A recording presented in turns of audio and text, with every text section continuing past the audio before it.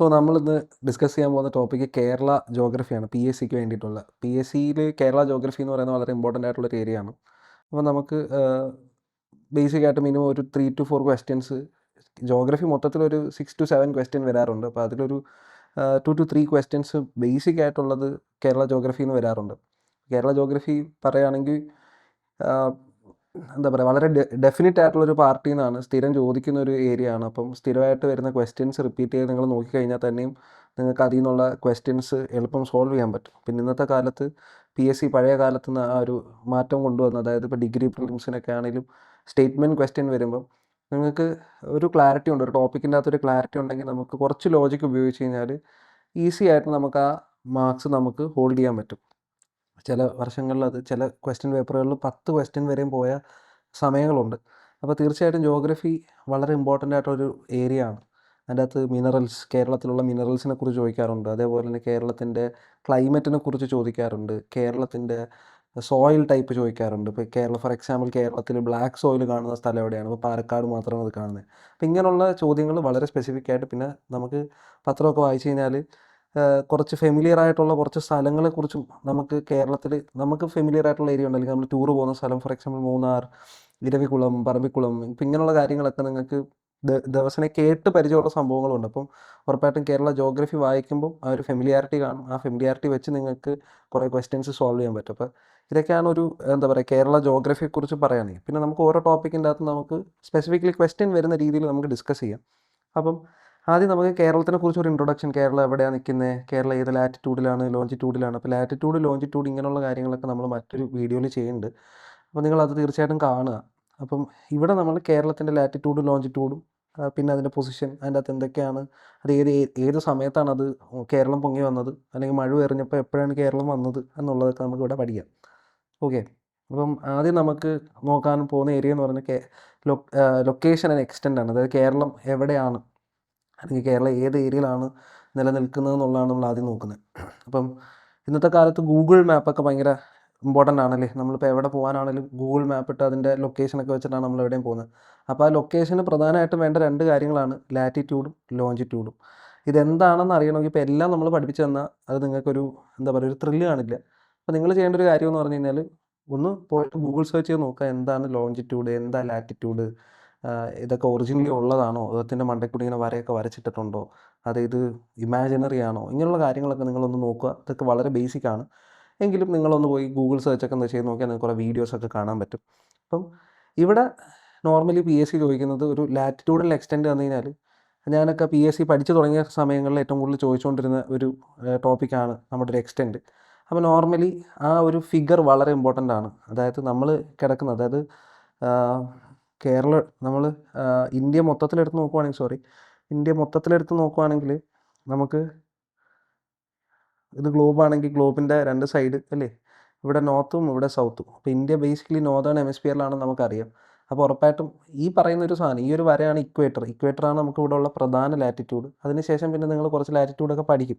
അപ്പം ഇതിനെ 0 degree latitude എന്നാണ് വിളിക്കുന്നത്. അപ്പോൾ ഇതിൻ്റെ മേളിലോട്ടാണ് കേരളം അല്ലെങ്കിൽ ഇന്ത്യ കിടക്കുന്നത്. അപ്പം ഇതിൻ്റെ മേളിലോട്ട് കിടക്കുന്നത് കൊണ്ട് തന്നെ അത് നോർത്തേൺ ഹെമിസ്ഫിയറിലായതുകൊണ്ട് ഈ 2 സൈഡിൽ നമുക്ക് നോർത്തന്നേ കാണാൻ പറ്റത്തുള്ളൂ. അപ്പോൾ കേരളത്തിൻ്റെ എക്സ്റ്റെൻറ്റ് നമ്മൾ നോക്കുവാണെങ്കിൽ 8 ഡിഗ്രി 18 മിനിറ്റ്സ് നോർത്ത്, ഇതിനെ മിനിറ്റ് എന്നാണ് വിളിക്കുന്നത് ഈ ഒരു ചെറിയ ഹാൻഡിലിനെ. അപ്പോൾ 8 degree 18 minutes north to 12 degree 48 minutes north, ഇങ്ങനെയാണ് കിടക്കുന്നത്. അപ്പോൾ 8ൽ നിന്ന് 4 ചാടി 12 വന്ന് നിങ്ങൾ ആലോചിച്ചാൽ മതി. 8ൽ നിന്ന് 4 ചാടി 12 വന്ന് എന്ന് ആലോചിച്ച് കഴിഞ്ഞാൽ തന്നെയും നിങ്ങൾക്ക് ഇതിൻ്റെ അകത്ത് പിന്നെ ഒരു കാര്യം നോക്കിയാൽ മൊത്തം 8ൻ്റെ കളിയാണ്. 8 അതാണ്ട് 18ൻ്റെ 8, 48ൻ്റെ 8 കണ്ടോ. അപ്പം പിന്നെ നിങ്ങൾക്ക് ഇത് കാണാൻ പറ്റുന്നത് 4ൻ്റെ ഒരു കളിയുണ്ട്. 4 2 തവണ പോയാൽ 8 വരും അല്ലേ, 4 3 തവണ പോയാൽ 12 വരും, പിന്നെ 4 ഉണ്ട് 8 ഉണ്ട് കണ്ടോ. അപ്പോൾ ഓട്ടോമാറ്റിക്കലി നിങ്ങൾക്കുള്ളൊരു ഗുണം ഇവിടെ നമുക്ക് കാണാൻ പറ്റുന്നതെന്ന് പറഞ്ഞു കഴിഞ്ഞാൽ ഈ ഒരു 18 ഒഴിച്ച് 18ൽ ഓൾറെഡി 8 ഉണ്ട്. അപ്പോൾ നിങ്ങൾക്ക് നോക്കിക്കഴിഞ്ഞാൽ ഒരു 8ൻ്റെ കളി അല്ലെങ്കിൽ 4ൻ്റെ മൾട്ടിപ്പിൾസിൻ്റെ ഒരു കളി, അങ്ങനെയാണ് ഇവിടെ കാണുന്നത്. അപ്പം നോർമലി കേരള പി എസ് സിക്കകത്ത് പണ്ട് ഒരു ക്വസ്റ്റ്യൻ വരുമ്പോൾ, അല്ലെങ്കിൽ ഇപ്പോഴാണെങ്കിലും ഒരു ക്വസ്റ്റ്യൻ വന്നു കഴിഞ്ഞാൽ അതിൻ്റെ അകത്തുള്ള ഫാക്ട്സിൻ്റെ അകത്ത് ചെറിയ ചെറിയ വ്യത്യാസം തന്നിട്ടാണ് അവർ ആ ഒരു ക്വസ്റ്റ്യൻ ഫോം ചെയ്യുന്നത്. അപ്പോൾ അങ്ങനെ വരുമ്പോൾ ഇവിടെ ആ ഒരു ഫാക്ട്സിൻ്റെ അകത്ത് നിങ്ങൾക്ക് കുറച്ചും കൂടി എളുപ്പം കിട്ടാൻ പറ്റുന്നൊരു ഏരിയ ആണ് ഈ പറയുന്ന 8ൻ്റെ കളി 4ൻ്റെ കളി. നിങ്ങളിത് മാത്രം ആലോചിക്കുക. ഇപ്പോൾ 8 ഡിഗ്രി 18 മിനിറ്റ്സ് നോർത്ത്, അപ്പോൾ ഈ നോർത്ത് മാറ്റി സൗത്തെന്നോ ഈസ്റ്റെന്നോ ഒക്കെ തന്നത് തെറ്റാണ്. കാരണം അത് നമ്മൾ നോർത്തേൺ ഹെമിസ്ഫിയറിലാണ് കിടക്കുന്നത്. അടുത്ത ഇനി നിങ്ങൾ നോക്കുവാണെങ്കിൽ നമുക്കൊരു 0 ഡിഗ്രി മെറീഡിയൻ ഉണ്ട്. ഈ 0 ഡിഗ്രി മെറീഡിയൻ എന്ന് പറയുന്നത് നിങ്ങൾ പ്രൈം മെറീഡിയൻ എന്നൊക്കെ കേട്ടിട്ടുണ്ടായിരിക്കും. അതിനെയാണ് ഈ 0 ഡിഗ്രി മെറീഡിയൻ എന്ന് പറയുന്നത്. ഇത് ലണ്ടനിലുള്ള ഒരു പ്രത്യേക സ്ഥലത്തിൻ്റെ മുകളിൽ കൂടെയാണ് പോകുന്നത്. ആ സ്ഥലം ഏതാണ് എന്നുള്ളത് നിങ്ങൾ തന്നെ ഈ വീഡിയോയുടെ താഴെ ഒന്ന് കമൻറ്റ് ചെയ്യുക. അപ്പോൾ ആ സ്ഥലത്തൂടെ അതിങ്ങനെ പാസ് ചെയ്ത് പോകും. അത് പാസ് ചെയ്ത് പോകാനൊക്കെ ഒരു ഹിസ്റ്ററി ഉണ്ട്. എന്തുകൊണ്ട് ആ സ്ഥലം പ്രൈം മെറീഡിയൻ എന്ന് പറയാനുള്ളൊരു ഹിസ്റ്ററിയൊക്കെ ഉണ്ട്. അപ്പോൾ പണ്ട് കാലത്ത് ഞാനൊരു തവണ പള്ളിയിൽ പോയപ്പം അവിടുത്തെ അച്ഛൻ പറയുന്നുണ്ടായിരുന്നു, ഈ പറയുന്ന യേശുക്രിസ്തുവിനെ അടക്കിയ സ്ഥലമായതുകൊണ്ടാണ് അതിനെ പ്രൈം മെറീഡിയൻ എന്ന് വിളിക്കുന്നതെന്ന്. അത് അങ്ങനെയൊന്നുമല്ല. അപ്പോൾ അതെന്താണ് എന്നുള്ളത് നിങ്ങൾ വേണമെങ്കിൽ ഒന്ന് കണ്ടുപിടിച്ച് നോക്കിക്കോ. അപ്പോൾ അന്ന് ഞാൻ അച്ഛനോട് തർക്കിക്കാനൊന്നും പോകാൻ പറ്റിയില്ല. കാരണം ഒരുപാട് ആൾക്കാരുണ്ടായിരുന്നു. ഒരു ഈസ്റ്റർ പൂജയായിരുന്നു. അപ്പോൾ അത് നമ്മൾ തർക്കിക്കുന്നത് മോശമാണല്ലോ. അപ്പം നിങ്ങൾ ഈ ഒരു കാര്യം ഒന്ന് ചിന്തിച്ച് നോക്കുക, അത് എന്തുകൊണ്ട് ഇതിനെ പ്രൈം മെറീഡിയൻ എന്ന് വിളിക്കുന്നതെന്ന്. അപ്പോൾ ഈ പ്രൈം മെറീഡിയൻ്റെ അങ്ങോട്ടും ഇങ്ങോട്ടും, അപ്പോൾ പ്രൈം മെറീഡിയൻ ഇതാണെങ്കിൽ ഇങ്ങോട്ട് ഈസ്റ്റാണെന്നും അങ്ങോട്ട് വെസ്റ്റാണെന്നുള്ളതാണ് അതിൻ്റെ ഒരു കൺസെപ്റ്റ്. അപ്പോൾ ഈസ്റ്റിലോട്ടാണ് ഇന്ത്യ കിടക്കുന്നത്. അപ്പോൾ ഇന്ത്യ കിടക്കുന്നതുകൊണ്ട് തന്നെ ഇന്ത്യയിലാണല്ലോ കേരളം. അപ്പോൾ കേരളവും ഈസ്റ്റിലേ വരും. മനസ്സിലായി? അപ്പം കേരളത്തിൻ്റെ ലോഞ്ചിറ്റ്യൂഡിനൽ എക്സ്റ്റെൻറ്റ് എന്ന് പറയുന്നത് 74 ഡിഗ്രി 52 മിനിറ്റ്സ്. വീണ്ടും 74 degree 52 minutes east to 77 degree 22 minutes east. അപ്പോൾ രണ്ടും ഈസ്റ്റേ വരത്തുള്ളൂ. ഇതിൻ്റെ അകത്ത് നമുക്ക് നോക്കിക്കഴിഞ്ഞാൽ രണ്ടിൻ്റെ ഒരു കളി നിങ്ങൾക്ക് കാണാൻ പറ്റും. അതായത് മിക്കപ്പോഴും 2ഉം പിന്നെ 7ഉമാണ്. അപ്പോൾ 74 പിന്നെ 77 രണ്ടും. കാരണം അത്രയും ചെറിയൊരു സ്പേഷ്യൽ വ്യത്യാസം അവിടെ വരുന്നുള്ളൂ. അതുകൊണ്ടാണ് ഈ 74 to 77 എന്നുള്ള ഒരു ചെറിയ ഒരു 3 ഡിഗ്രിയുടെ വ്യത്യാസം മാത്രമേ അവിടെ വരുന്നുള്ളൂ. പിന്നെ 52 മിനിറ്റും 22 മിനിറ്റ് ഈസ്റ്റ്. അപ്പോൾ ഇതാണ് ബേസിക്കലി നമുക്ക് ലൊക്കേഷൻ ആൻഡ് എക്സ്റ്റെൻറ്റ്. ഇതൊരിക്കലും നിങ്ങൾ മറക്കരുത്. ഇടയ്ക്കിടയ്ക്ക് കാണാൻ പഠിക്കുക, അല്ലെങ്കിൽ ഇടയ്ക്കിടയ്ക്ക് നിങ്ങൾ കാണാൻ പറ്റുന്ന രീതിയിലുള്ള ഏതെങ്കിലും ഒരു സ്ഥലത്ത് ഇപ്പോൾ ഗജനി ആവുക, അവിടെ എവിടെയെങ്കിലും എഴുതിയിടുക. അപ്പോൾ നിങ്ങൾക്ക് കുറച്ചും കൂടെ ഒരു എന്താ പറയുക, പെട്ടെന്ന് കിട്ടും, പെട്ടെന്ന് ഓർക്കാൻ പറ്റും. അപ്പം നേരത്തെ ഞാൻ പറഞ്ഞ പോലെ പ്രൈം മെറീഡിയൻ എന്താണ്, അത് ഏത് സ്ഥലത്തൂടെയാണ് പോകുന്നതെന്നുള്ളത് നിങ്ങൾ താഴെ വന്ന് കമൻറ്റ് ചെയ്യുക. ഓക്കെ. അപ്പോൾ നമുക്കിവിടെ നമ്മുടെ ലൊക്കേഷൻ്റെ മാപ്പൊക്കെ നമ്മളിവിടെ കൊടുത്തിട്ടുണ്ട്. നിങ്ങൾ നോക്കുവാണെങ്കിൽ നമ്മൾ നേരത്തെ പറഞ്ഞ പോലെ ഉള്ള കാര്യങ്ങൾ നിങ്ങൾക്ക് കാണാൻ പറ്റും. ഇപ്പോൾ കേരളത്തിൻ്റെ എക്സ്റ്റെൻറ്റാണ് നമ്മൾ കണ്ടത്. ഇത് നോർത്തേൺ ഹെമിസ്ഫിയറിലാണ്. നോർത്തിൽ നിന്ന് ഇത് എവിടം വരെ ഉണ്ടെന്ന് നോക്കുക. കണ്ടോ, 1 ആണ്ട് ഇവിടം വരെ അല്ലേ. നമ്മളെപ്പോഴും താഴെ നിന്നാണ് പോകുന്ന മേളിലോട്ട്. അപ്പം നമ്മൾ അങ്ങനെയാണ്, നമ്മൾ താഴെ നിന്ന് മേളിലോട്ടാണ് എപ്പോഴും എടുക്കുന്നത്. അപ്പോൾ ഇവിടെ 9 ആണെങ്കിൽ ഇവിടെ നമ്മൾ 80 നിന്നാണ് സ്റ്റാർട്ട് ചെയ്യുന്നത്. 80 നിന്ന് നമുക്കിവിടെ കാണാം 12. അപ്പം ഏകദേശം 12 ഡിഗ്രി അതിന് ശേഷമുള്ളതാണ് നമ്മൾ എടുക്കുന്നത്. അപ്പോൾ ഇങ്ങനെയാണ് ബേസിക്കലി കേരളത്തിൻ്റെ ഒരു എക്സ്റ്റൻഷൻ കിടക്കുന്നത്. നോർത്തേൺ സൈഡിലോട്ട് നിങ്ങൾ നോക്കുവാണെങ്കിൽ ഇതാണ് നോർത്ത്. അടുത്ത ഈസ്റ്റേൺ സൈഡിലോട്ടാണ് നമ്മൾ ഇത് കിടക്കുന്നത്. നമ്മൾ ഓൾറെഡി പറഞ്ഞ എന്താണ് പ്രൈം മെറീഡിയൻ ഇരിക്കുന്നതുകൊണ്ടാണ് നമുക്ക് ഈ ഈസ്റ്റേൺ സൈഡിലോട്ട് പോകുന്നത്. അപ്പോൾ എവിടെയാണ് സ്റ്റാർട്ട് ചെയ്യുന്നത്, നമുക്കൊരു 74 ഡിഗ്രി 52 മിനിറ്റ്സ് സ്റ്റാർട്ട് ചെയ്തിട്ട് ഇവിടെ നിങ്ങൾ നോക്കിക്കഴിഞ്ഞാൽ 74 ഇത് സ്റ്റാർട്ട് ചെയ്യുന്നുണ്ട്. And this will be ending like 3 കൂടെ ചാടിപ്പോയാൽ മതി. അപ്പോൾ നമുക്ക് 75 വരും അല്ലേ. 74 നിന്ന് 3 കൂടെ ചാടിപ്പോയി 77 വരും. 77 ഡിഗ്രി 22 മിനിറ്റ്സിൻ്റെ അകത്ത് നിൽക്കും. അതായത് ഇവിടെയാണ് 22. അപ്പോൾ ഇതാണ് നമ്മുടെ ഒരു പ്രത്യേകത. അപ്പം ഇതാണ് നമ്മുടെ എക്സ്റ്റെൻറ്റ്. ഈ എക്സ്റ്റെൻറ്റ് ഒരിക്കലും മറക്കാതിരിക്കുക. അത്ര തന്നെ ഉള്ളൂ പറയാൻ. അടുത്തത് ഏരിയ ആൻഡ് ഡയമെൻഷൻ. ഇവിടെയും പണ്ടുതൊട്ടേ നമുക്ക് സ്ഥിരം PSC ഒരു ഡയറക്റ്റ് ചോദ്യം ചോദിക്കുന്ന ഒരു ഏരിയയാണ് ടോട്ടൽ ജിയോഗ്രഫിക്കൽ ഏരിയ. ഇതിന് നമുക്ക് ചില വ്യത്യാസങ്ങളൊക്കെ ഇടയ്ക്ക് ചോദിക്കാറുണ്ട്. നമ്മുടെ ടോട്ടൽ കോസ്റ്റ് ലൈൻ എത്രയാണെന്ന് ചോദിക്കാറുണ്ട്. അപ്പോൾ അത് നമ്മളിവിടെ പറയുന്നുണ്ട്. 580 കിലോമീറ്റേഴ്സാണ് നമ്മുടെ കോസ്റ്റ് ലൈൻ. മൊത്തത്തിലുള്ള ജിയോഗ്രഫിക്കൽ ഏരിയ നമുക്ക് 38,864 കിലോമീറ്റർ സ്ക്വയർ ആണ് കേട്ടോ. സ്ക്വയർ കിലോമീറ്റർ ആണ് 38,864 square kilometres. And cost line length എന്ന് പറയുന്നത് 580 കിലോമീറ്റർ ആണ്.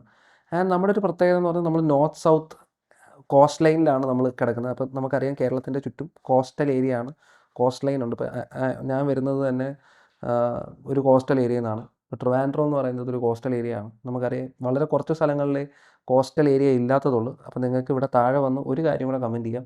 കേരളത്തിൽ എവിടെയൊക്കെയാണ് ഒരു കോസ്റ്റ് ലൈൻ ഇല്ലാത്തത്, കേരളത്തിൻ്റെ ജില്ലകളിൽ ഏതൊക്കെ സ്ഥലങ്ങളിൽ കോസ്റ്റ് ലൈൻ ഇല്ല. ഇത് PSC പണ്ട് ചോദിച്ചിട്ടുള്ളൊരു ചോദ്യമാണ്. നിങ്ങൾക്ക് താഴെ വന്ന് ഇവിടെ കമൻറ്റ് ചെയ്യാം എവിടെയൊക്കെയാണ് കോസ്റ്റ് ലൈൻ ഇല്ലാത്തത് എന്ന്. ഓക്കെ. അടുത്തത് വിഡ്ത്ത് എന്ന് പറയുന്നത് വിഡ്ത്ത് എന്ന് പറഞ്ഞാൽ വീതി അല്ലേ. മിനിമം ആയിട്ടുള്ള വിഡ്ത്ത് എന്ന് പറയുന്നത് നമ്മുടെ ഒരു ഏരിയയിൽ 35 കിലോമീറ്റർ ആണെങ്കിൽ മാക്സിമം വിഡ്ത്ത് അപ് ടു 120 കിലോമീറ്റേഴ്സാണ് കേരളത്തിൻ്റെ ഒരു വിഡ്ത്ത് വരുന്നത്. അപ്പം ഇതാണ് നമ്മുടെ ഒരു ഏരിയയും ഡയമെൻഷനും. ഇതിൻ്റെ അകത്ത് സ്ഥിരം ചോദിക്കുന്ന ഒരു ചോദ്യം, എത്ര ടോട്ടൽ ജിയോഗ്രഫിക്കൽ ഏരിയ എത്രയാണ്, അതാണ് 38,864. ഈ വാക്കുകൾ മറന്നു പോകരുത്, അല്ലെങ്കിൽ ഈ കണക്ക് മറന്നു പോകരുത്. കണക്ക് മറന്നു പോകാതിരിക്കാൻ നിങ്ങളിത് കാണാതെ പഠിക്കണം, അല്ലെങ്കിൽ എവിടെയെങ്കിലുമൊക്കെ ഇടയ്ക്കിടയ്ക്ക് എഴുതണം, അല്ലെങ്കിൽ അങ്ങോട്ടോ ഇങ്ങോട്ടോ ചോദിച്ച് പഠിക്കുക. ഇപ്പോൾ നമുക്കൊരു കൂട്ടുകാരനുണ്ട്, PSC പഠിക്കുന്ന ഒരു കൂട്ടുകാരനുണ്ട്, കൂട്ടുകാരിയുണ്ട്, അങ്ങനെ ഉണ്ടെങ്കിൽ ബേസിക്കലി അവർക്കൊരു മെസ്സേജ് ഒക്കെ ഇട്ട് ചോദിക്കുക ടോട്ടൽ ജിയോഗ്രഫിക്കൽ ഏരിയ എത്ര. അപ്പം കുറച്ചും കൂടെ എളുപ്പമാവും, നിങ്ങൾക്ക് കാര്യങ്ങൾ മനസ്സിൽ നിൽക്കും. അടുത്ത കോസ്റ്റ് ലൈൻ ലെങ്ത് എന്ന് പറയുന്നത് 580 കിലോമീറ്ററാണ്, മറക്കരുത്, 580. ഓക്കെ ഓക്കെ നമുക്കിവിടെ നമ്മുടെ മാപ്പിൽ നമ്മൾ കാണിക്കുന്നുണ്ട് നമ്മുടെ ടോട്ടൽ കോസ്റ്റ് ലൈൻ ലെങ്ത് 580 കിലോമീറ്ററാണ്. പിന്നെ നമുക്ക് മാക്സിമം വരുന്ന വിഡ്ത്ത് എന്ന് പറഞ്ഞാൽ 120 ആണ്, നമ്മൾ ഓൾറെഡി പറഞ്ഞു 120 കിലോമീറ്ററാണ് നമ്മൾ പറയുന്നുണ്ട്. പിന്നെ നമുക്ക് ഏറ്റവും ചെറിയ വരുന്ന വിഡ്ത്ത് 35 കിലോമീറ്ററാണ് നമ്മൾ പറഞ്ഞിട്ടുണ്ട്. അപ്പോൾ നിങ്ങൾക്ക് കാര്യങ്ങൾ മനസ്സിലായെന്ന് വിശ്വസിക്കുന്നു. അടുത്തത് നമ്മുടെ ബൗണ്ടറീസാണ്. നമുക്ക് എവിടെയൊക്കെ എന്തൊക്കെയായിട്ട് ബൗണ്ടറി ഉണ്ട്. അപ്പോൾ ഇവിടെ നമ്മൾ വെസ്റ്റും ഈസ്റ്റും ബൗണ്ടറിയുടെ കാര്യം പറയുന്നുണ്ട്.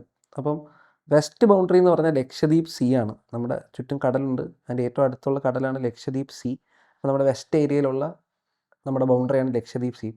And east flanked by the mountains of Western Ghats. അപ്പോൾ നമ്മൾ നോക്കിക്കഴിഞ്ഞാൽ കേരളം ഇങ്ങനെ എടുക്കുകയാണെങ്കിൽ കേരളത്തിൻ്റെ ഒരു സൈഡിൽ ലക്ഷദ്വീപ് സീയും ഇപ്പുറത്തെ സൈഡിൽ വെസ്റ്റേൺ ഗട്ട്സും ഉണ്ടല്ലേ. വെസ്റ്റേൺ ഗാട്ട്സുമായിട്ട് സംബന്ധിച്ച് നിങ്ങൾക്ക് ഒരാളുടെ പേര് എപ്പോഴും നിങ്ങളുടെ മനസ്സിൽ വരും. അടുത്തിടയ്ക്ക് അദ്ദേഹം മരിച്ചുപോയി. അപ്പം പേര് ആരുടെയാണ്, അദ്ദേഹം എന്തുമായിട്ട് റിലേറ്റഡ് ആയിട്ടാണ് എന്നുള്ളതൊക്കെ നിങ്ങൾ ഗൂഗിൾ സെർച്ച് ചെയ്ത് നോക്കുക. And if you get the answer just comment on our വീഡിയോയുടെ താഴെ നിങ്ങൾ വന്ന് കമൻറ്റ് ചെയ്യുക. ഞാൻ എന്തുകൊണ്ട് ഇങ്ങനെ ഇടയ്ക്കിടയ്ക്ക് നിങ്ങളെ കൊണ്ട് ഓരോ പണിയെടുപ്പിക്കുന്നു എന്ന് ചോദിച്ചാൽ, അപ്പോൾ നിങ്ങൾ സെർച്ച് ചെയ്യുമ്പോൾ നിങ്ങളുടെ മനസ്സിൽ ഇത് കിടക്കും. അദ്ദേഹത്തിൻ്റെ റിപ്പോർട്ടിൻ്റെ പേര്, അദ്ദേഹത്തിൻ്റെ റിപ്പോർട്ട് എത്രത്തോളം സ്ട്രോങ് ആയിരുന്നു, എന്തൊക്കെയാണ് അതിൻ്റെ അകത്ത് മെയിനായിട്ടുള്ള കാര്യങ്ങൾ, എന്തൊക്കെയാണ് ആ റിപ്പോർട്ടിൽ പറഞ്ഞിരിക്കുന്നത്, അദ്ദേഹം വേറെ ഏതെങ്കിലും അവാർഡ് കിട്ടിയിട്ടുണ്ടോ അദ്ദേഹത്തിന്, അങ്ങനെയുള്ള കാര്യങ്ങളൊക്കെ നിങ്ങൾ നോക്കുക. അപ്പം if you get some idea who the person is, you can comment on our video. Okay, next thing is like ഇവിടെ നമ്മൾ കാണിക്കുന്നുണ്ട്, ഇതാണ് ലക്ഷദ്വീപ് സീ. ഓക്കെ, ഇവിടെയാണ് വെസ്റ്റേൺ ഗട്ട്സ്, നിങ്ങൾക്ക് അറിയാമെന്ന് വിശ്വസിക്കുന്നു. അപ്പം അടുത്തത് നമുക്ക് പോകേണ്ടത് നമ്മുടെ ഫിസിയോഗ്രഫിയിലോട്ടാണ്. സോ വാട്ട് ഈസ് ഫിസിയോഗ്രഫി അല്ലേ? നമ്മൾ എന്തിനാണ് ജോഗ്രഫി പഠിക്കുന്നത്? ഇപ്പോൾ if you go and take biology, there is A thing known as physiology അല്ലേ, അനാട്ടമി ആൻഡ് ഫിസിയോളജി എന്ന് പറയുന്നുണ്ട്. അപ്പോൾ ഫിസിയോളജി എന്ന് പറയുന്നത് എന്താണ്? ഫിസിയോളജി എന്ന് പറയുന്നത് ഒരു ഓർഗൻ്റെ ഫങ്ഷൻ പഠിക്കുന്നതാണ്. അതേസമയത്ത് അനാട്ടമി എന്ന് പറഞ്ഞാൽ അതിൻ്റെ സ്ട്രക്ചർ പഠിക്കുന്നതാണ്. അതേപോലെ തന്നെ ഫിസിയോഗ്രാഫി എന്ന് പറയുന്നത് നമ്മളിവിടെയുള്ള ഫിസിക്കൽ ഫീച്ചേഴ്സിനെ പഠിക്കുന്നതാണ് അല്ലേ. നമ്മുടെ എർത്ത് എന്ന് പറയുന്നത് ഒരു പരന്ന സ്ഥലമല്ല, അവിടെ പല തരത്തിലുള്ള ഷേപ്പിലുള്ള പല ഏരിയകൾ നമ്മൾ കാണും. അപ്പോൾ ഏരിയകളെക്കുറിച്ച് നമ്മൾ പഠിക്കുന്നതിനെയാണ് നമ്മളെന്ന് പറയുന്നത് ഫിസിയോഗ്രഫി. അപ്പോൾ നമ്മളിപ്പോൾ ഇന്ത്യ എടുക്കുകയാണെങ്കിൽ നമ്മൾ ഓട്ടോമാറ്റിക്കലി പറയും 5 ഫിസിയോഗ്രഫിക്കൽ ഡിവിഷൻസ് ഓഫ് ഇന്ത്യ. അതിപ്പോൾ നിങ്ങൾ ഏത് കോണ്ടിനെൻ്റ് എടുത്താലും നമ്മളിത് പഠിക്കും, ഏത് രാജ്യം എടുത്താലും നമ്മൾ പഠിക്കും. അപ്പം ഏതൊരു ചെറിയ സ്റ്റേറ്റ് എടുത്താലും നമ്മൾ പഠിക്കും. അത് കണക്ക് തന്നെ സ്റ്റേറ്റ് എന്ന് പറഞ്ഞാൽ രാജ്യം. നമ്മൾ ഏതൊരു ഡിസ്ട്രിക്റ്റ് എടുത്താലും നമ്മളത് പഠിക്കും. അതല്ല ഇനി ഒരു പഞ്ചായത്ത് എടുത്താലും ആ പഞ്ചായത്തിൻ്റെ ഫിസിയോഗ്രഫി നമ്മൾ അറിയണം. ഇപ്പോൾ നിങ്ങൾ PSC ഒക്കെ പഠിച്ചിട്ട് നിങ്ങൾ ഏതെങ്കിലും ഒരു സ്ഥലത്തെ സെക്രട്ടറി ഒക്കെ ആവുകയാണെങ്കിൽ തീർച്ചയായിട്ടും ആ ഏരിയയുടെ ഒരു ഫിസിയോഗ്രഫി മനസ്സിലാക്കിയാൽ മാത്രമാണ് നിങ്ങൾക്ക് അതിന് കൂടുതൽ എന്താ പറയുക, അതിന് വേണ്ടിയിട്ട് ഉള്ള സ്കീമുകളൊക്കെ ഇംപ്ലിമെൻറ്റ് ചെയ്യാൻ പറ്റത്തുള്ളൂ. അപ്പം ഒരു നാടിനെയും നാട്ടിൻ്റെ രീതിയെയും ആ നാടിനോട് ചേർന്നുള്ള മറ്റ് കാര്യങ്ങളെയും മനസ്സിലാക്കിയാൽ മാത്രമേ, അതിൻ്റെ ജോഗ്രഫി മൊത്തത്തിൽ മനസ്സിലാക്കിയാൽ മാത്രമാണ് അവിടുത്തെ ആൾക്കാരെയും ഇതൊക്കെ മനസ്സിലാക്കിയാൽ മാത്രമേ നിങ്ങൾക്കൊരു നല്ല സർക്കാർ ഉദ്യോഗസ്ഥനാവാൻ പറ്റത്തുള്ളൂ. അപ്പോൾ അതിന് വേണ്ടിയിട്ടാണല്ലോ നിങ്ങൾ ഈ ഒരു ക്ലാസ് കേൾക്കുന്നതാണേലും മറ്റ് പരീക്ഷകൾ എഴുതുന്നതാണേലും ഒക്കെ. അപ്പം തീർച്ചയായിട്ടും നിങ്ങൾ അറിഞ്ഞിരിക്കേണ്ട കേരളത്തിൻ്റെ പ്രധാനപ്പെട്ട ഒരു കാര്യമാണ് കേരളത്തിൻ്റെ ഫിസിയോഗ്രഫി. അപ്പോൾ based on the physical features. അപ്പോൾ ഫിസിയോഗ്രഫി എന്ന് പറഞ്ഞാൽ നമ്മളൊരു ഏരിയ തന്നു കഴിഞ്ഞാൽ ആ ഏരിയക്കകത്ത് എന്തൊക്കെ വ്യത്യസ്തമായ ലാൻഡ് ഫോംസ് നിങ്ങൾക്ക് കാണാൻ പറ്റുന്നുള്ളതാണ്, അല്ലെങ്കിൽ അത് ടെറൈൻ എന്ന് നമുക്ക് പറയാൻ പറ്റും.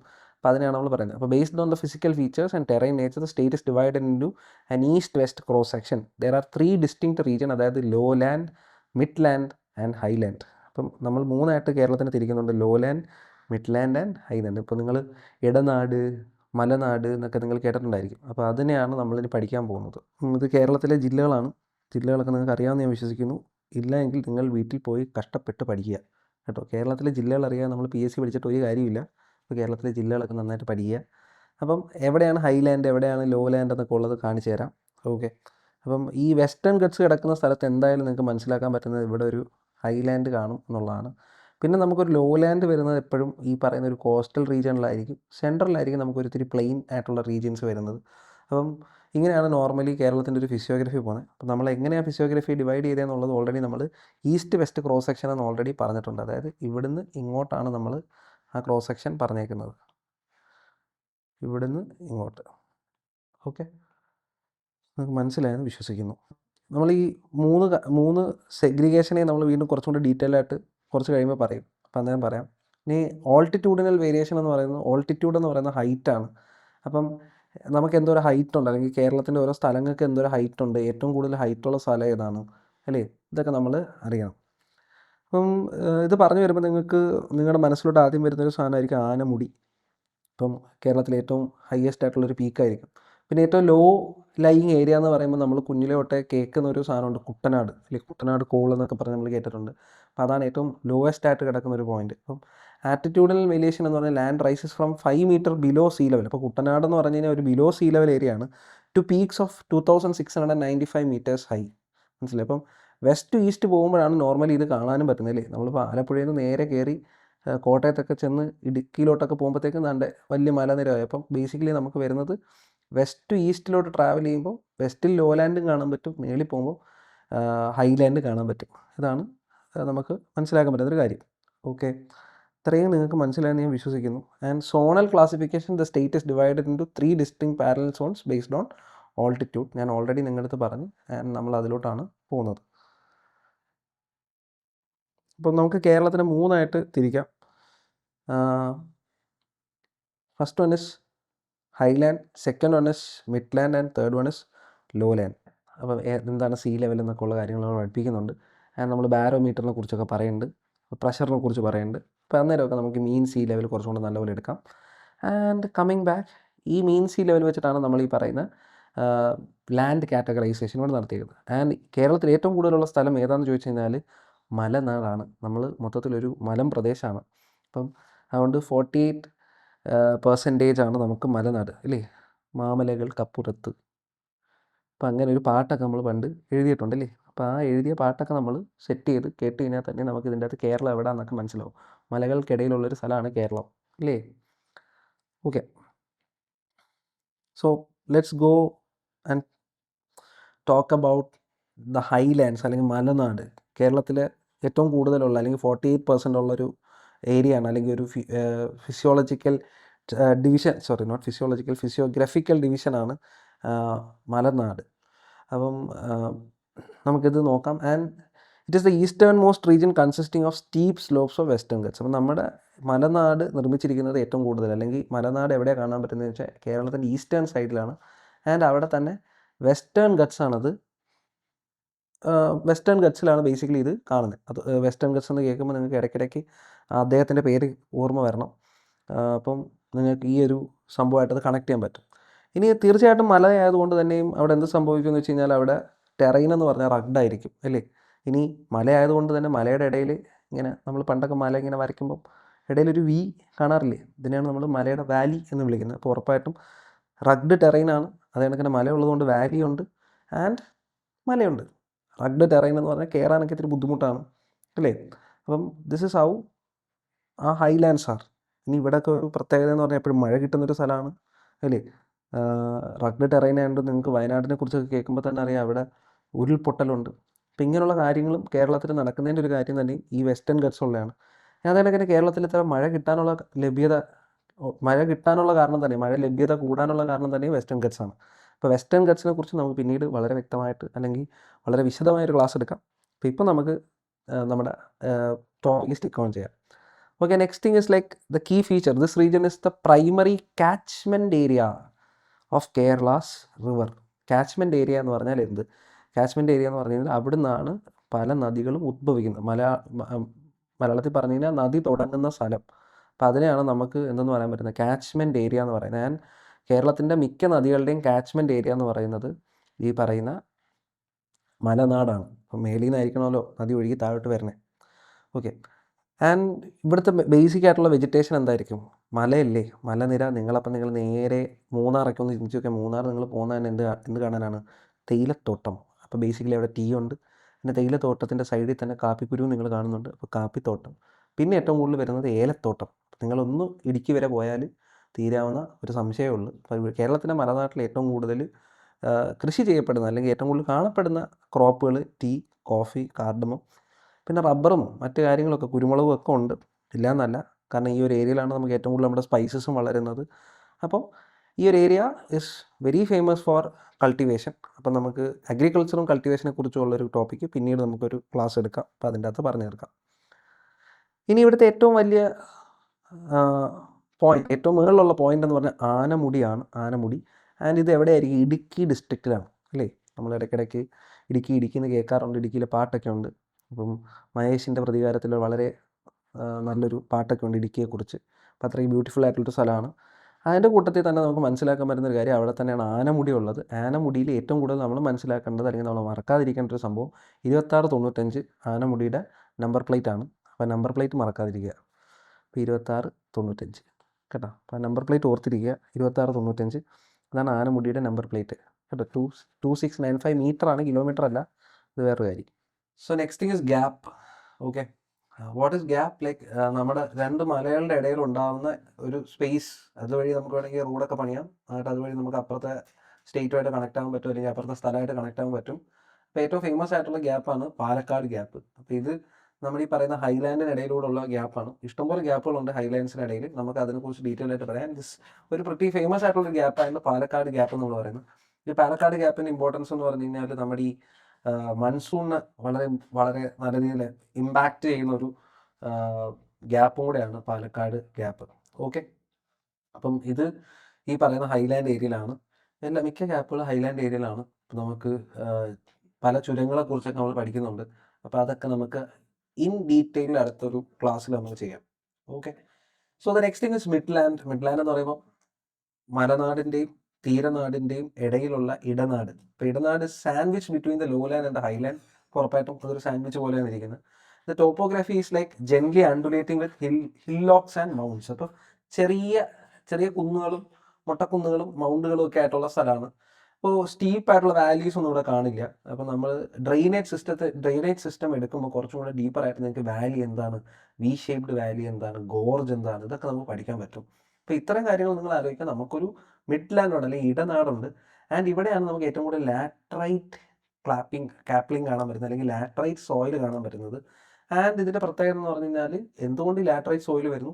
നിങ്ങൾ എവിടെ ലാറ്ററൈറ്റ് എന്ന് പറഞ്ഞ ടേം കുറിച്ച് കേട്ടാലും അവിടെ നിങ്ങൾ മനസ്സിലാക്കുക, അവിടെ ഇഷ്ടം പോലെ മഴയുണ്ട്. മഴയുള്ളത് കൊണ്ട് അവിടെ അലൂവിയമില്ല. അപ്പം അല്ലെങ്കിൽ അവിടെ അതിൻ്റെ അകത്ത് എന്താ പറയുക, അതിൻ്റെ അകത്ത് അലൂവിയൽ ഡെപ്പോസിറ്റ്സ് ഇല്ല. അപ്പോൾ അത് കുറച്ച് റിച്ച് ഇൻ അയൺ ആയിരിക്കും. അപ്പോൾ ഈ ലാറ്ററൈറ്റ് സോയിലിൻ്റെ പ്രത്യേകത, കേരളത്തിൽ ഏറ്റവും കൂടുതൽ കാണുന്നത് ഈ ലാറ്ററൈറ്റ് സോയിലാണ് അല്ലേ. ഇപ്പം ലാറ്ററൈറ്റ് സോയിലിൻ്റെ ഒരു ഏരിയ എവിടെയാണെന്ന് ചോദിച്ചാൽ നമ്മുടെ മിഡ്ലാൻഡ്സിലാണ്. അപ്പോൾ മിഡ്ലാൻഡിൻ്റെ പ്രത്യേകത, വലിയ ഉയരമുള്ള കുന്നുകൾ അവിടെ കാണാൻ പറ്റില്ല. വലിയ ഉയരമുള്ള മലകൾ കാണാൻ പറ്റത്തില്ല.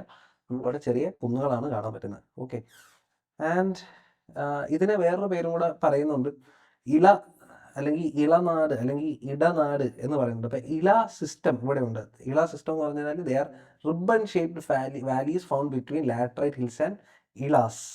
അപ്പം ഈ ഒരു സംഭവമാണ് ഇവിടെ ഉള്ളത്. അപ്പോൾ these valleys are traditionally used as paddy fields. അപ്പോൾ ഇവിടെ ഈ ഒരു മിഡ് ഏരിയയിലുള്ള ഇള എന്ന് പറയുന്ന സ്ഥലത്താണ് നമുക്ക് കൂടുതലും പാഡി ഫീൽഡുകൾ കാണാൻ പറ്റുന്നത്. Okay, paddy field. So the Midland again, ഇവിടെ ഏറ്റവും കൂടുതൽ പാഡി ഫീൽഡ് ഉള്ളപ്പോൾ തീർച്ചയായിട്ടും അവിടെ വളരുന്ന സാധനം റൈസ് ആയിരിക്കും. അപ്പോൾ നമുക്ക് നേരത്തെ പറഞ്ഞ പോലെ കേരളത്തിൽ എല്ലായിടത്തും അങ്ങനെ റൈസ് ഇല്ല, അല്ലെങ്കിൽ നമ്മൾ ഭയങ്കര വലിയൊരു റൈസിൻ്റെ പ്രൊഡക്ഷൻ ഏരിയ ഒന്നും അല്ല. എങ്കിലും നമുക്കിവിടെ ഈ പറയുന്ന ഇടനാട് അല്ലെങ്കിൽ മിഡ്ലാൻഡിലാണ് നമ്മൾ കൂടുതൽ റൈസ് കൾട്ടിവേഷൻ നടത്തുന്നത്.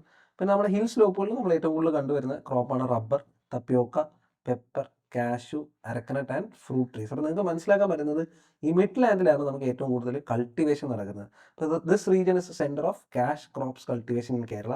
നിങ്ങൾക്ക് മനസ്സിലാക്കാൻ പറ്റും, ഒരു കോട്ടയം ഡിസ്ട്രിക്റ്റ് ഒക്കെ ആയിട്ട് നിങ്ങൾക്ക് ഇതിനൊന്ന് യോജിപ്പിക്കാൻ, അല്ലെങ്കിൽ നിങ്ങൾക്ക് ഇതിനൊന്ന് കമ്പയർ ചെയ്യാൻ പറ്റും.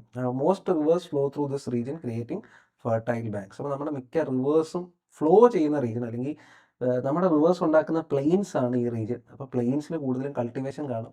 ഏറ്റവും കൂടുതൽ കൾട്ടിവേറ്റ് ചെയ്യാൻ പറ്റുന്ന ഏരിയ റൈസ്. പിന്നെ നമുക്ക് ഏറ്റവും കൂടുതൽ കാണാൻ പറ്റുന്ന ക്രോപ്പുകളാണ് rubber, tapioca, pepper, cashew, arecanut and fruit trees. Okay, അടുത്തത് ലോ ലാൻഡ്, തീരദേശം അല്ലെങ്കിൽ തീരനാട്. The coastal strip bordering the Lakshadweep sea. അപ്പം എന്താ അതിൻ്റെ പ്രത്യേകത? ഇവിടെയും ഫ്ലാറ്റ് പ്ലെയിൻസ് ആണ്, പിന്നെ സാൻഡി സ്ട്രെച്ചസ് ആണ്. എന്തായാലും ബീച്ചിൽ സാൻഡ് ആണെന്ന് നിങ്ങൾക്ക് അറിയാം. പിന്നെ abraded platforms and beach ridges. അപ്പോൾ നമുക്ക് ഏറ്റവും കൂടുതൽ കാണാൻ പറ്റും, we are famous for backwaters, right. അപ്പോൾ ഇതൊക്കെ നമുക്ക് കാണാൻ പറ്റുന്ന ഏരിയ ആണ് ഈ പറയുന്ന lowland. And if you come to Kerala, like കേരളയിൽ എവിടെ നോക്കിയാലും നിങ്ങൾക്ക് ഏറ്റവും കൂടുതൽ കാണാൻ പറ്റുന്ന സാധനമാണ് ലഗൂൺസ്, കായൽസ്. അപ്പോൾ ഇതിനെക്കുറിച്ച് നമ്മൾ വീണ്ടും ഒരു ക്ലാസ് ചെയ്യുന്നുണ്ട്. അടുത്തത് എസ്റ്റുറി, അഴിമുഖം അല്ലേ. അഴിമുഖങ്ങൾ നമ്മൾ വീണ്ടും ബാക്ക് വാട്ടേഴ്സ്, ഈ കാര്യങ്ങളൊക്കെ നമ്മൾ വീണ്ടും ഡീറ്റെയിൽഡ് ആയിട്ട് നമ്മുടെ ഫിസിയോഗ്രാഫിക് റീജിയൻസ് പഠിപ്പിക്കുമ്പോൾ നമ്മൾ വീണ്ടും ഇതിൻ്റെ അകത്തോട്ട് നമ്മൾ ഇൻക്ലൂഡ് ചെയ്യും. കുറച്ച് ഡീറ്റെയിൽ ആയിട്ട് പോകാം. ആൻഡ് ഇവിടുത്തെ ഏറ്റവും കൂടുതലുള്ള ഏറ്റവും ലോ ലൈങ് ഏരിയയാണ് കുട്ടനാട് റീജിയൻ. കുട്ടനാട് കോൾഡ് എന്ന് നിങ്ങൾ കേട്ടിട്ടുണ്ട്. ഇപ്പോൾ famous for farming below sea level. നമ്മളിവിടെ കുട്ടനാട് എന്ന് പറയുമ്പോൾ വീണ്ടും ഒരാൾ വളരെ ഫേമസ് ആയിട്ടുള്ള ഗ്രീൻ റവല്യൂഷനായിട്ട് ബന്ധപ്പെട്ട ഒരാൾ നിങ്ങൾക്ക് ഓർക്കേണ്ടി വരും. അപ്പോൾ അതാരാണ് എന്നുള്ളത് നിങ്ങൾ ഈ വീഡിയോയുടെ താഴെ കമൻറ്റ് ചെയ്യുക. And this is A globally significant agricultural heritage system. ഇത് വളരെ ഫേമസ് ആയിട്ടുള്ളൊരു അഗ്രികൾച്ചറൽ ഹെറിറ്റേജ് സിസ്റ്റമാണ്. അപ്പോൾ ഇത്രയും കാര്യങ്ങളാണ് നമ്മളിതിൽ പറയുന്നത്. ഇത്രയും കാര്യങ്ങൾ നിങ്ങൾക്ക് മനസ്സിലായെന്ന് വിശ്വസിക്കുന്നു. അപ്പോൾ വീണ്ടും നമുക്കൊരു ക്ലാസ് എടുക്കാം, അല്ലെങ്കിൽ ഇൻ ഡെപ്തിൽ ക്ലാസ് പോകാം. ക്ലാസ് നിങ്ങൾക്ക് ഇഷ്ടപ്പെടുവാണെങ്കിൽ താഴെ ക്ലാസ്സിൽ എന്തെങ്കിലും കാര്യങ്ങൾ നിങ്ങൾക്ക് ഡീറ്റെയിൽ ആയിട്ട് അറിയണമെന്നുണ്ടെങ്കിൽ താഴെ കമൻറ്റ് ചെയ്യുക. അത് കണക്ക് തന്നെ ഈ ചാനൽ സബ്സ്ക്രൈബ് ചെയ്യുക. അപ്പോൾ hope we can see you in the next class. Thank U.